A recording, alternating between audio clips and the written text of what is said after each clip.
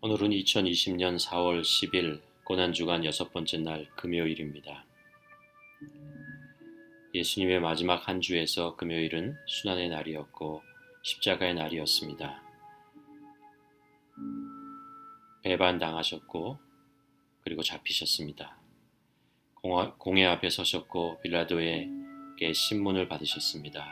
그리고 마침내 십자가형을 받으시고 골고다 언덕에서 십자가에 못 박히셨습니다. 예수님께서는 십자가에 못 박혀 계셨던 3시간 동안 7번 말씀하셨습니다. 오늘은 십자가에 달리신 주님을 바라보며 이 7번 말씀을 묵상하고 나의 고백을 주님께 드리려고 합니다.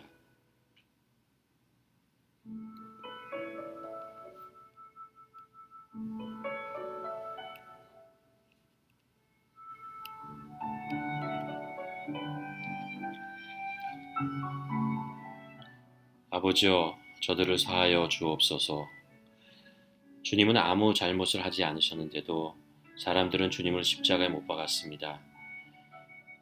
주님은 사람들에게 생명의 말씀을 전하셨고 가난한 사람과 병든 자들의 친구가 되어주시고 그들을 치유하시고 위로해 주셨습니다.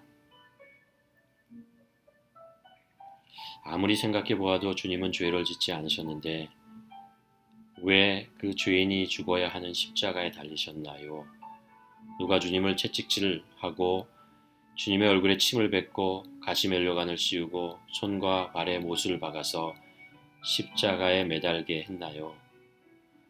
누가 죄인의 옷을 입고 십자가에 올라가게 만들었나요?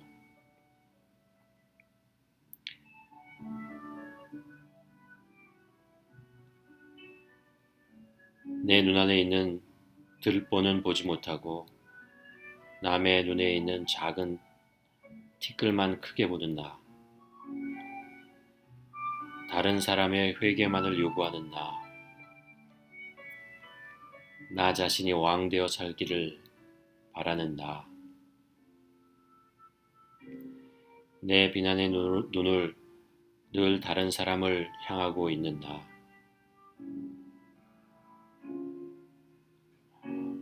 십자가를 보는 순간 주님의 용서의 눈이 다른 사람이 아닌 바로 나를 향하고 있음에 심장이 멎어 버릴 것 같습니다.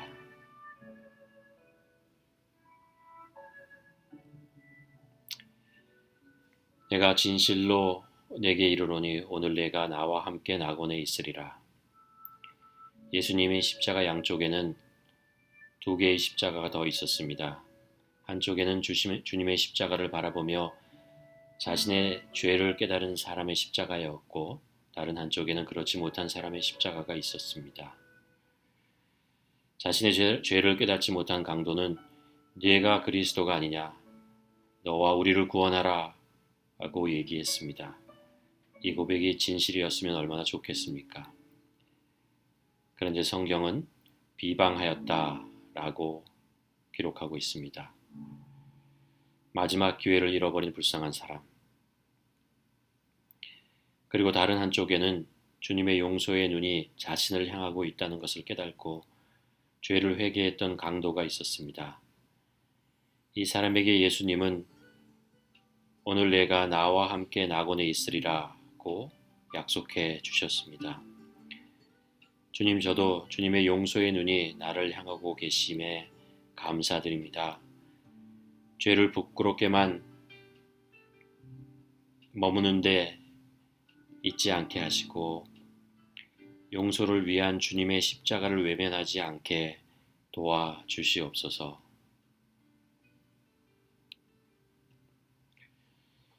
여인이여 보소서 아들이니이다. 3번째 주님의 눈이 향한 곳은 그의 어머니 마리아였습니다. 예수님은 울고 있는 마리아를 바라보며 여자여 보소서 아들이니이다 하시고 요한에게 보라 내 어머니라고 부탁하셨습니다. 아마 예수님의 죽음 앞에서 가장 슬퍼했던 사람은 그의 육신의 어머니 마리아였을 것입니다. 예수님은 자신의 그 큰 고통 중에서도 마리아의 슬픔을 위로해 주셨습니다. 주님의 눈은 늘 고통받는 한 사람을 향하고 계십니다. 편안한 가운데 쳐다보시는 것이 아니라 주님이 함께 아파하시고 함께 슬퍼하시면서, 아니 훨씬 더 큰 고통을 감당하시면서도 나를 잊지 않으시고 내게 손을 내밀어 나의 상처와 아픔을 만져주시고 치료하시고 위로해 주십니다. 엘리 엘리 라마 사박다니, 나의 하나님 어찌하여 나를 버리셨나이까. 죄 없는 자가 정죄를 당하고 허물 없는 자가 박해를 받으며 은혜를 베푸는 자가 잔인하게 죽어가는 이 십자가는 인간의 죄를 홀로 지시고 하나님께 버림을 당하시는 순간이었습니다. 이런 절규를 통해서 나는 주님도 우리와 같은 육신의 몸을 입고 계셨다는 것을 다시 한번 깨닫게 됩니다. 인간의 몸으로 도저히 참을 수 없을 만큼 고통스러운 십자가였습니다. 그런데 우리 주님은 끝까지 감당하셨습니다. 끝까지 참으셨습니다. 끝까지 인내해 주셨습니다. 나를 위하여, 나 때문에 내가 뭐라고, 내가 목마르다, 내가 목마르다. 수가성 사마리아 여인에게 이 물을 마시는 자마다 다시 목마르려거니와 내가 주는 물을 마시는 자는 영원히 목마르지 아니하리니 나의 주는 물은 그 속에서 영생하도록 솟아나는 샘물이 되리라 라고 말씀하셨던 주님께서도 십자가 위에서 목이 마르셨군요.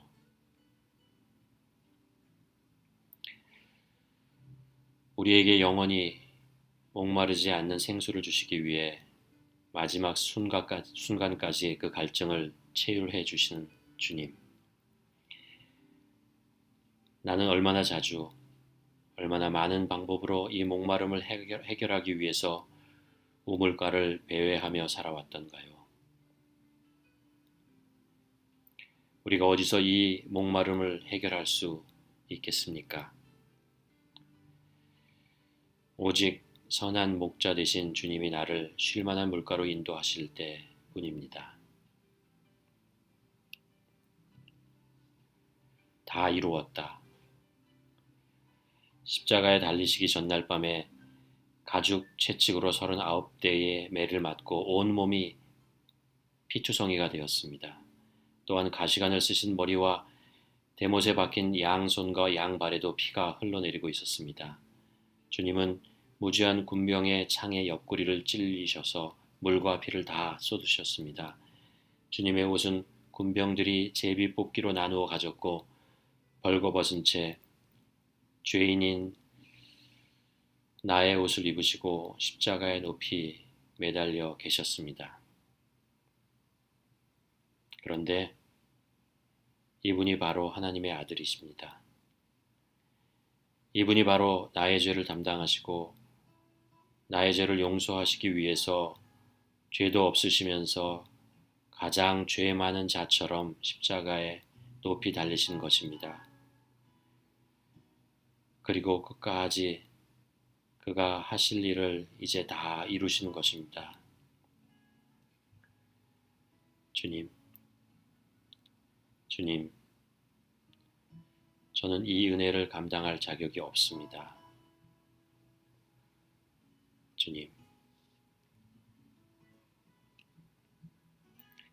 내 영혼을 아버지의 손에 부탁하나이다. 예수님은 아버지란 말씀을 즐겨 사용하셨으니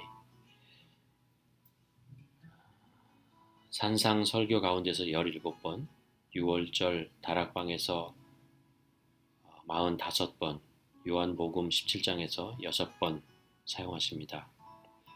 그리고 예수님은 세상에서 마지막 말씀을 아버지로 끝맺으셨습니다.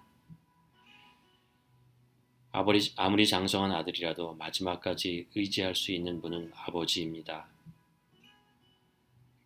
아들은 아무리 값진 가치라고 해도 아버지의 손에 맡기고 부탁할 수 있습니다.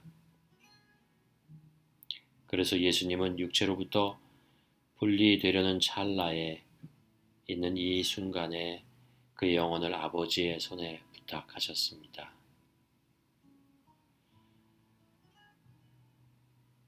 내가 이 세상을 살면서 가장 의지할 수 있고 믿을 수 있는 분이 누구겠습니까?